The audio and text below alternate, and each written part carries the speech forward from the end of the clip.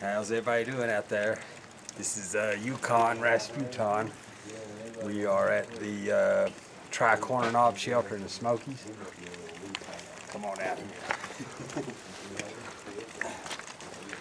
As you can see the sign, boil all water sources. Here's the water source.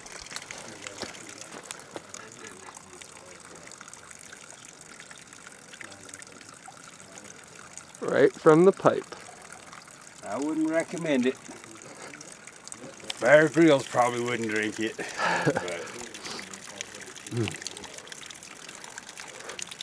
But let's hope it's not contaminated. Giardia free.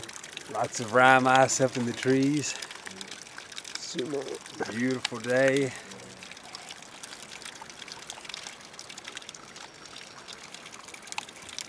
The shelter was packed last night. There's Gumby getting ready to go. All right. So, make more video later. See y'all.